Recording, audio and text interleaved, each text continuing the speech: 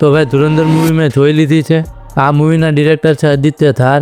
જે લોકો આ ભાઈને ન ઓળખતા હોય તેમને કહી દઉં કે 2019માં આવેલી ઉરી મૂવી આ ભાઈએ ડિરેક્ટ કરી હતી અને એના પછી ડાયરેક્ટ 6-7 વર્ષ પછી તેમણે આ મૂવી ધુરંધર બનાવી છે। ત્યાં સુધી કોઈ બીજી મૂવી નથી બનાવી અને એટલે મારી એક્સપેક્ટેશન પણ આ ડિરેક્ટરથી વધારે હતી અને એનાથી વધુ એટલા માટે હતી કારણ કે આ મૂવીના એક્ટર્સ અક્ષય ખન્ના, રણવીર સિંહ, અર્જુન રામપાલ, સંજય દત્ત, આર માધવન ભાઈ એકથી એક મોટા એક્ટર્સ લીધા છે જેમની હું આગળ વાત કરીશ। પહેલાં મૂવીની થોડી સ્ટોરી વિશે વાત કરી લઉં। આ મૂવીની સ્ટોરી ઇન્ડિયન એજન્ટ પાકિસ્તાનમાં જઈને રહે છે એની આસપાસ ચાલે છે, જે ઇન્ડિયન એજન્ટનો રોલ રણવીર સિંઘે કર્યો છે। પછી આગળ સ્ટોરીનું વધુ સ્પોઇલર નહીં આપું, તમે થિયેટરમાં જેટલું જોવો એટલું વધારે મજા આવશે। અને ઉપરથી સ્ટોરીની વાત કરું તો પાકિસ્તાનના અંદર ચાલી રહેલી ગેંગ વોર્સ અને પોલિટિક્સ ઉપર વાત કરે છે, જેની અંદર અક્ષય ખન્નાનો રહેમાન ડકેત અને સંજય દત્તના કેરેક્ટરનું નામ નથી યાદ આવતું। પછી આર માધવન, અર્જુન રામપાલ પણ આ બધા વચ્ચે ચાલી રહેલી વોર અને પોલિટિક્સ જોવા મળે છે। આ મૂવીનો રન ટાઈમ 3 કલાકથી પણ વધારે છે, પણ 1 સેકન્ડ માટે પણ મને ક્યાંય કંટાળો નથી આવ્યો કારણ કે ઘણા ટાઈમ પછી કંઈક નવું જોવા મળ્યું હોય એવું લાગ્યું। અને તો પણ આ મૂવીનું ચેપ્ટર 1 હતું, હજી ચેપ્ટર 2 પણ આવશે, જેને વધુ સમય નહીં લાગે મૂવી એન્ડ થાય ત્યારે તેની તારીખ પણ આપી દીધી છે।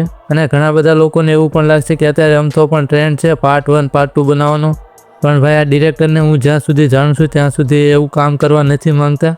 તો મૂવીની સ્ટોરી એકદમ ફાસ્ટ ચાલે છે અને તમને કંઈ સમજાય જ નહીં કે કઈ ગેંગ વચ્ચે શું ચાલી રહ્યું છે અને મૂવીના બધા કેરેક્ટર વિશે તમે હરખું જાણી પણ ના શકે। એટલે મને તો આ 2 પાર્ટ બનાવવાનું ડિસિઝન એકદમ રાઈટ લાગે છે। તો પણ બીજો પાર્ટ આવી જાય જોઈ લો પછી પાકો જવાબ આપો। મૂવીની અંદર એક તો ક્લાઇમેક્સમાં અને એની પહેલાં એક સીન આવે છે ત્યાં હું એકદમ શોક થઈ ગયો હતો કારણ કે પાકિસ્તાની જે ઇન્ડિયા પર હુમલા કરીને ખુશી મનાવે છે એ તમે જોશો એટલે તમને એટલો ગુસ્સો આવશે અને એ તમે રણવીર સિંહની આંખો જોઈને જ ફીલ કરી લેશો। હા ભાઈ, આ મૂવીમાં રણવીર સિંહની એક્ટિંગ બહુ સારી છે। એ રિયલમાં અમુક કામ સારા નથી કરતો પણ મૂવીની અંદર એની પૂરી મહેનત દેખાય છે। અને ભાઈ અક્ષય ખન્નાની વાત કરું તો મૂવીની અંદર જ્યાં પણ અક્ષય ખન્ના હશે એટલે મૂવીનો main lead character Ranveer Singh છે, તો પણ તમને એ સાઇડ કેરેક્ટર લાગશે।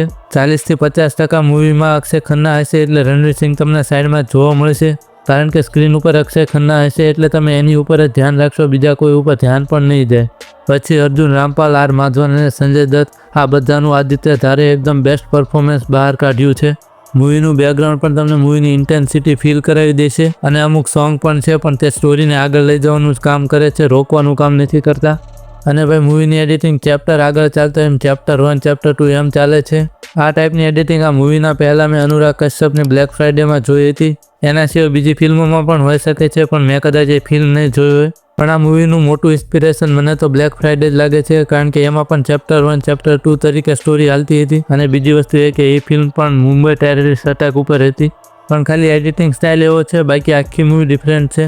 અને ભાઈ અત્યારના ટાઈમે બોલિવૂડનો જે હાલ છે એ બધી મૂવીઝ કરતાં તો આ મૂવી બેસ્ટ છે। જો તમારા પાસે ટાઈમ હોય તો તમે આ મૂવી જરૂર જોવા જઈ શકો છો કારણ કે આ મૂવી જોયા પછી પછતાવો નહીં થાય કે બોલિવૂડમાં સારી મૂવીઝ નથી બનતી। આ હતો ધુરંધર મૂવીનો રિવ્યૂ, બાકી હું મળીશ આવા બીજા વિડીયોમાં।